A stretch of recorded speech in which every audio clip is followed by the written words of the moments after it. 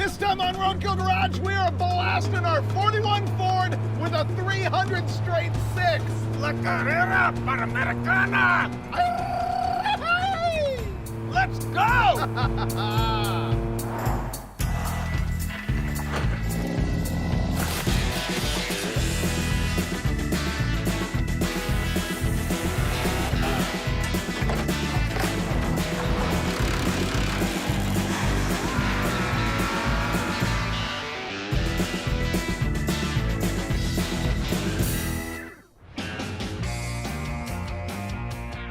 I haven't been this stoked on one of our purchases in a long time. 3 months ago, I found the ad online for this 1941 Ford super weirdo race car. We bought it sight unseen, as we so often do. It's been in the company storage lot. They towed it up here to Dulcich's place, and he and I are gonna have a look at it for the very first time.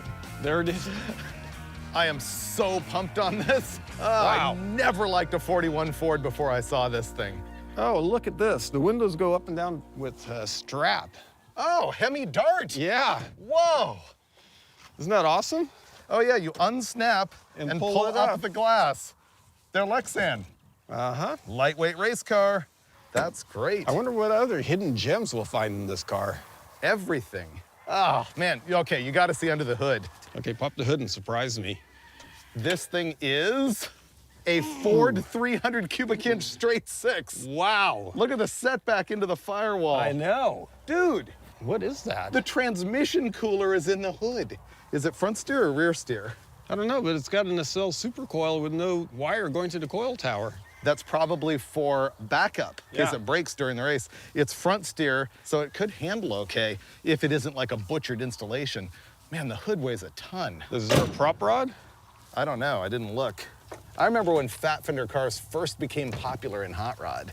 The trunk is regular, although it's been This all is the patchwork together. Oh, but that look. is the fuel fill. And that's the fuel tank behind that spare tire. Yeah, it's got a mammoth fuel tank in the back seat. Conveniently, the battery is right in front of it. Yeah, but because you're- when you get in a wreck, you usually want your battery to arc into your tank. You're perfectly okay because there's a fire extinguisher right there. Oh, this car's brilliant. What is all this junk? PVC. That's the hood prop. Dude! Oh, Look! La Man. Carrera Panamericana. Is this a logbook? It is. This is all the route maps. 1998. That might be when they raced this thing. that's awesome. Look at that. That's original. This is like documentation. La Carrera Panamericana. 97? Oh man, I'm so pumped on this thing. File these. I am. Wow. Hey Steve, let's put this someplace other than stacking them outside in the rain. I'll read them later.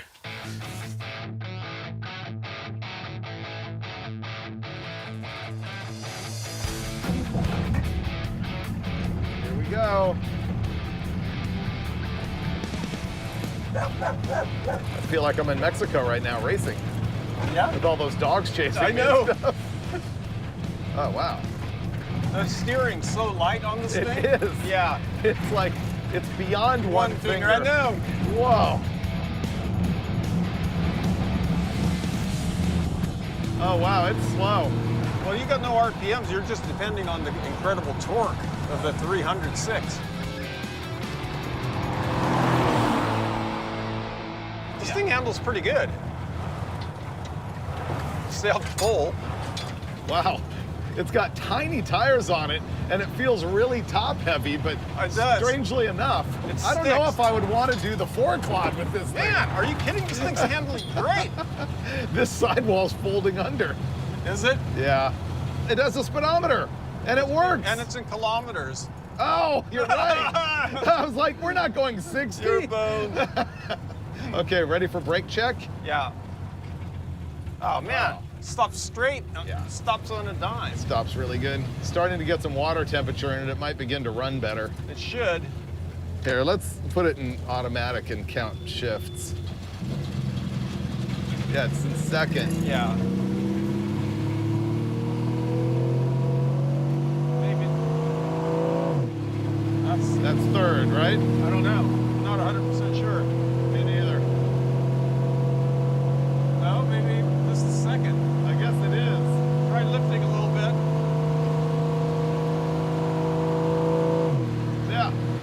So it went into third at 100 kilometers per hour. That's 60 miles an hour. Yeah.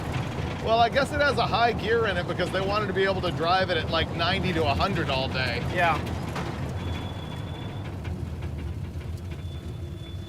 You know we have to find out, right? Yeah. I say no way.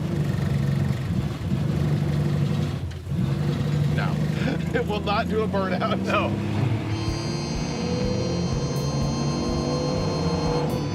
Overall, it's pretty good. I mean, look at the steering. Yeah. It doesn't have any shakes. It feels like it'll drive 90 miles an hour if you want to push the 6 that hard.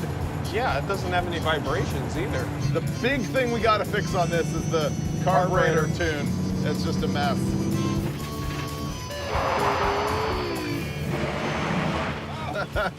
Almost got a little bit of scratch out of it. I know. Not much. How do I even work this shifter? All right. You don't like that shifter at all. I don't, but the rest of the car is really fun. What we found out is the carburetor needs tuning really badly. It won't take throttle. You like step on it and it's just It's the worst I've ever experienced as far as carburetor Yeah. responsiveness. All right, so we got some wrenching to do. First thing, I want to pick it up, put it on jack stands, and have a look at the suspension to see if there's anything that was actually going to kill us during that test drive that we didn't know about. Let me explain what this whole La Carrera Panamericana thing is. It was a race that was held in Mexico on their new Pan American Highway from 1950 to 1954. And it was basically participated in by the OE manufacturers. It was mostly new cars at the time. And honestly, it was too deadly and they canceled it. Even for the 1950s, even in Mexico, they said, we're killing way too many people, we're gonna cancel this deal. And then it came back sometime in the late 80s as more of like a gentleman's road rally. It wasn't a wheel-to-wheel hardcore race. It was more a time and distance rally, and they still do it today. The thing that's cool about it is that it really invented this whole aesthetic for these cars with the hand lettering and all of this stuff. And these days, the cars go all the way back to 1940, whereas in the original days, obviously, it would have been 1950, 1954 new cars. But in, I believe, 53 or 54, Hot Rod Magazine sponsored an entry by Ack Miller. His entry was called El Caballo de Hierro, which is the Iron Horse. And it was this nutty contraption of a hot rod that ran really strong against the European car manufacturers. And that's what made it legacy in the hot rod world. And now we have this with a 306 that won't get out of its own way. Steve's jacking it up right now. We're gonna crawl underneath and see if there's anything in the suspension that we can improve upon. It does have a sway bar with good bushings. The way this car was built, on one hand, is like ingenious, and I like the use of donor car parts, and it's like low buck and functional. On the other hand, the execution in a lot of places is not that good. All of the welds kind of look like I did them or worse, and there's a lot of hoses and wires and stuff that I could have run a whole lot better and I guess made more reliable and just neater. But it's clever. Like, I'm looking at the Ford 9-inch rear end that's in this thing. It is from a Lincoln Versailles, because way back when, before it was common to get Ford 9 inches from aftermarket manufacturers, the Lincoln Versailles unit was key because it had factory rear disc brakes, and that's what those are for sure. And it looks to me like the sway bar that they've used in the back is also out of that car. Not 100% sure, but I think that's where that's from. The frame on this is stock 41 Ford, although it's all been boxed, and the X member has been reinforced. The very center of it has been taken out and replaced with a cross member for the C6 automatic transmission, but it's welded in. You can't take it out, so R&R on that transmission is going to be real difficult. It basically means you have to pull the engine out of the car, and that's a big task with all the other stuff that's been crammed under here. So that's where we're at. Okay, the first thing I want to do is the muffler. Louder is power. Yeah. Yeah. That's adjustable. I think fire it up and let's hear it, and then I'm gonna blaze it off of there, and then we'll listen to it again. All right. The way this muffler works is that it's got a bunch of discs behind this plate. The more discs that you put in there, theoretically, the more exhaust that comes out, but the louder it is. I'm just gonna take the whole thing off. Okay, let me just take it off. I don't think that's oil smoke. I think it's just condensation. Wow, I can't get it off. Hey, Steve, shut it off. Stripped one? I'm having trouble getting it off. You want me to solve that? Yeah. Handled. Let's hear it. Oh. Louder is power. You want to roll it inside, fix that carburetor now? Sure. Cool. That's a modification that's staying.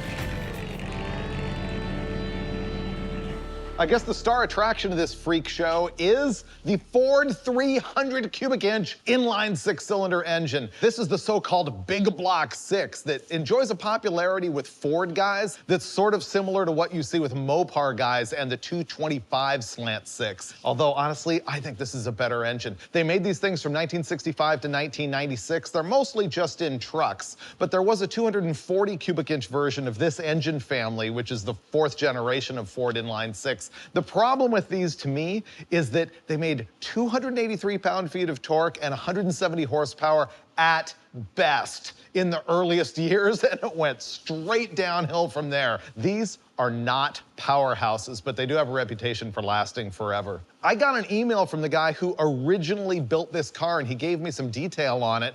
He said this one was built at 8.5 to 1 compression ratio, and the reason it's so low is that it's got to run on the Mexican gas deep down into Mexico where the quality might not be that good. So it's 8.5 to 1 because they've got very low octane.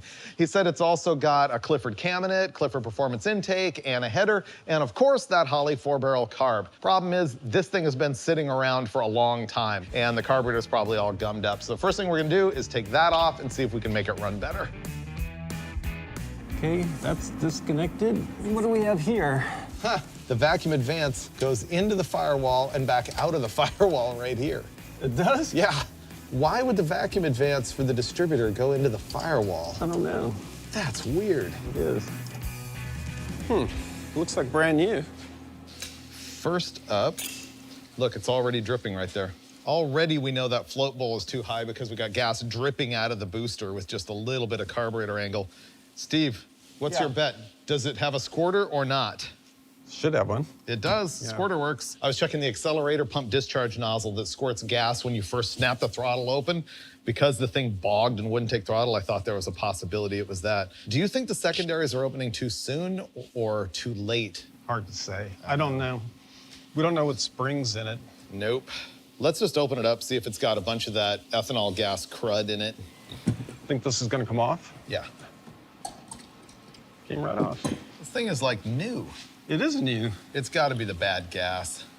We're not familiar that much with these 1850 carburetors that have the side hung floats.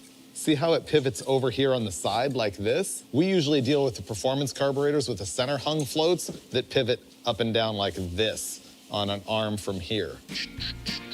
It's been a long time since I've messed with one of these. Here's a tip. Remember that the float inside the float bowl is the thing that regulates how much fuel is in the bowl. It's just like a toilet. It floats up and shuts it off. If it goes down, then fuel flows into the bowl. And so the problem is, if your float is full of gas or sinking, then you're always having a really high fuel level in the float bowl.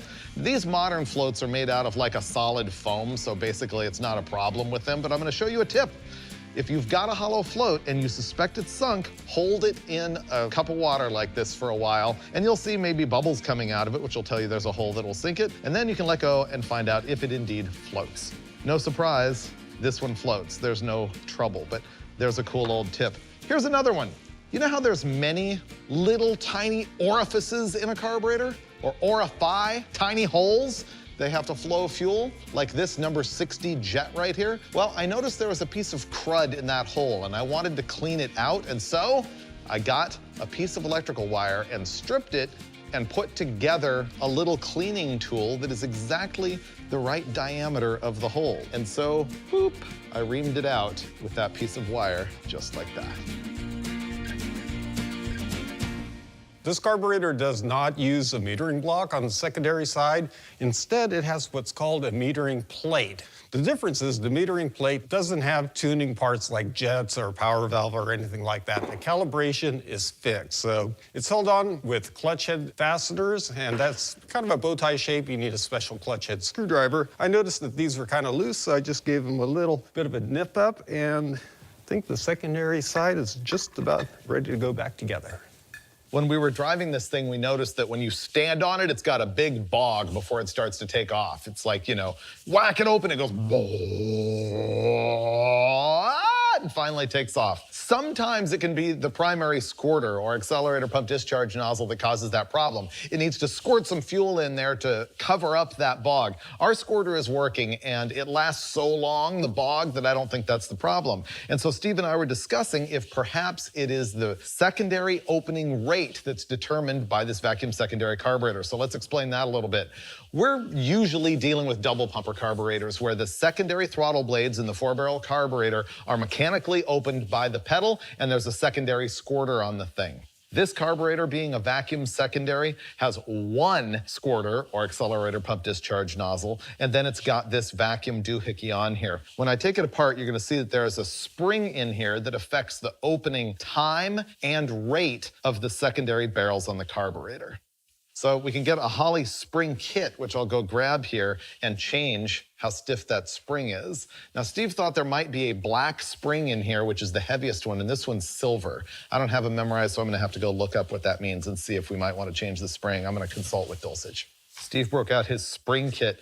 This is what comes in a Holley spring kit. The question is, which way do we go? Oh, it's easy. That's your boy right there. You're gonna go lighter? You want the secondaries to open up and give you power. Okay, I'm not gonna question the Dulcich. You can put the black one in there if you want. He said go lighter. Go the other way. Nope, I'm gonna install the yellow one. All right, we're going lighter to see if that fixes anything.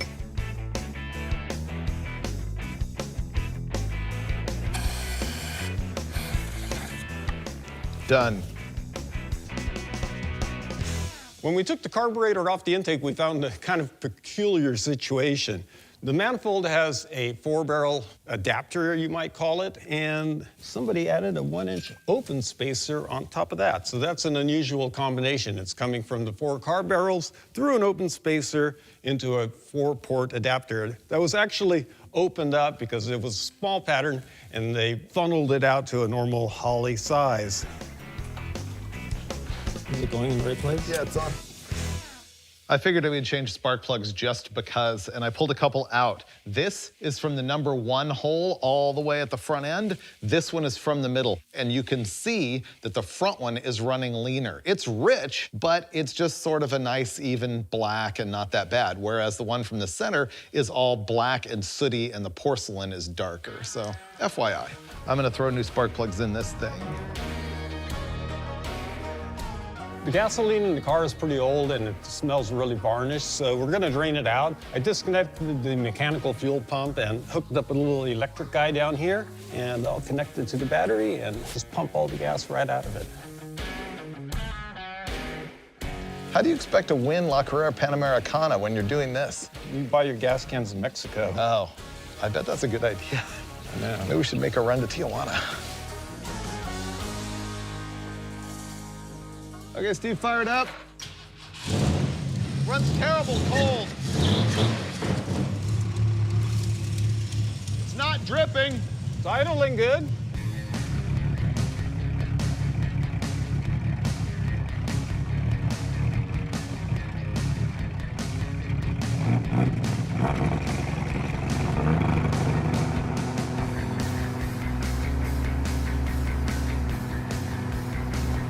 We didn't fix anything. No. Still runs terrible.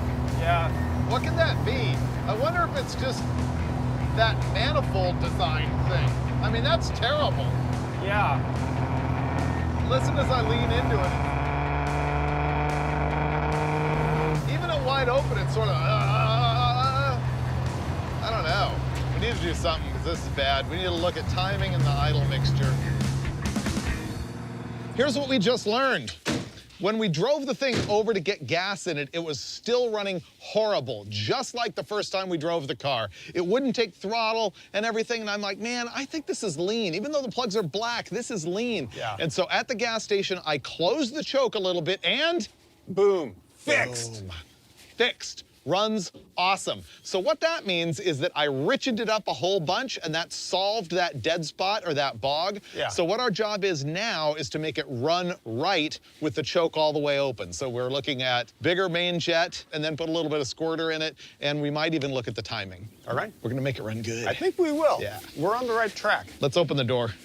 Here's our plan to richen this thing up. Steve's pulling off the float bowl because we're gonna change the primary jets, make them bigger. We agreed on number 64. I think we're also gonna take out the idle mixture screw just a little bit, and I would like to put a bigger squirter in it. Do you agree to bigger squirter, Steve? Sure, I'm happy with that. He agrees with that. 60 jets are out, 65s are going in. All right. Steve changed the jets, now it's my job to change the squirter because he never wants to be responsible for dropping the squirter screw down the carburetor. Meanwhile, look at me, I will do it blindly. See? Not even looking. There's the screw that he hates dropping. And there is the squirter. This is the number 31 that I took out, and I'm going to be installing the number 35. All right.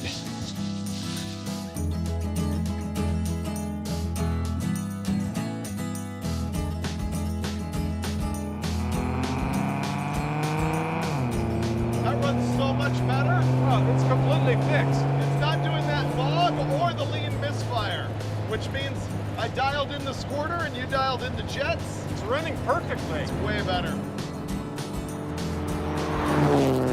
I better check our speed. That's hauling. I'm zooming down that hill. Let me see. I wonder if we'll catch any air on this bridge.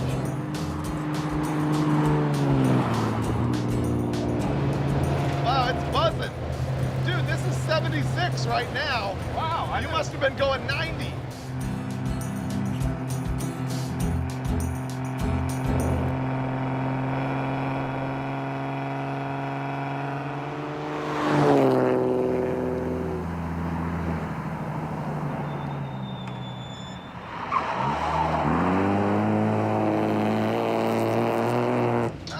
Wow, the steering Yeah, is I know. so light.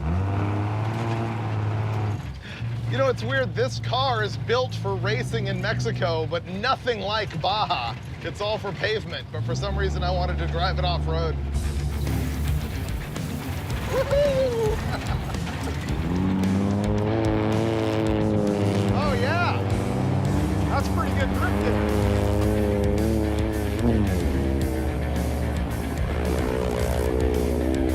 Not bad, Freiburger. This thing's fun. Yeah. All right, let's hit the mountains.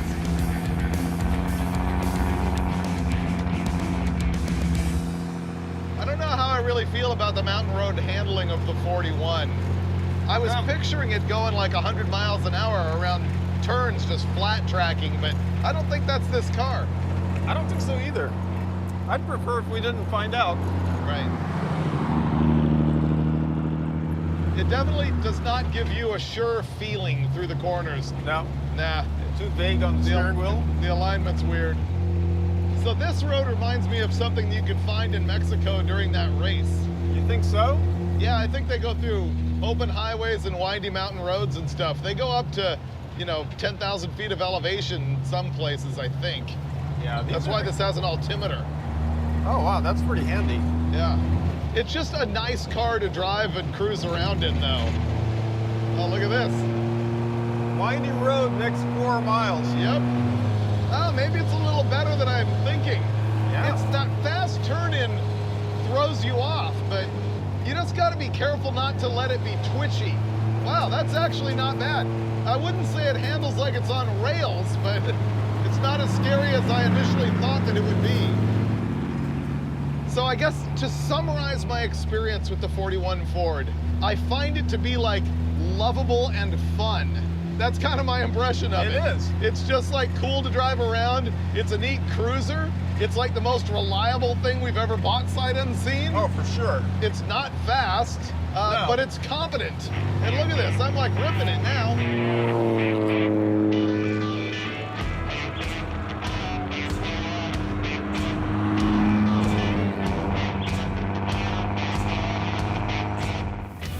Hello, horsey. We have horses. Pretty good. It is. Ah, yeah. What do you think, Dulcich? I say wow, man. Wow. Yeah, check it out, man. We've got the super cool 41 Ford. We have clean mountain air, green meadows, and horses. Well, you know what that gives us that you have not seen for a moment in this episode until now? Horsepower! You're right. I'll have to concede that point. I mean, this thing is not a firecracker, but, you know, it gets you where you want to go. It is the least burnout-y vehicle in the history of Roadkill Garage. You know what, though? I like it. Yeah. I might even love it. I think hot rods are a good thing. We've done the 40 Ford, my 31 Model A, now the 41 Ford. So you know what? Maybe we need to do more. And if we do, you will see it on a future episode of Roadkill Garage. You ready? Let's go.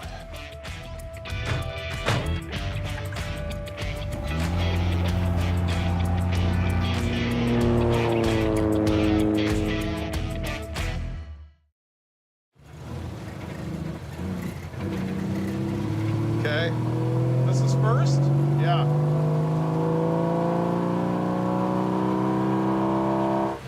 It didn't shift. No. I pulled my feet back in case the flywheel exploded. Did you? On the C6.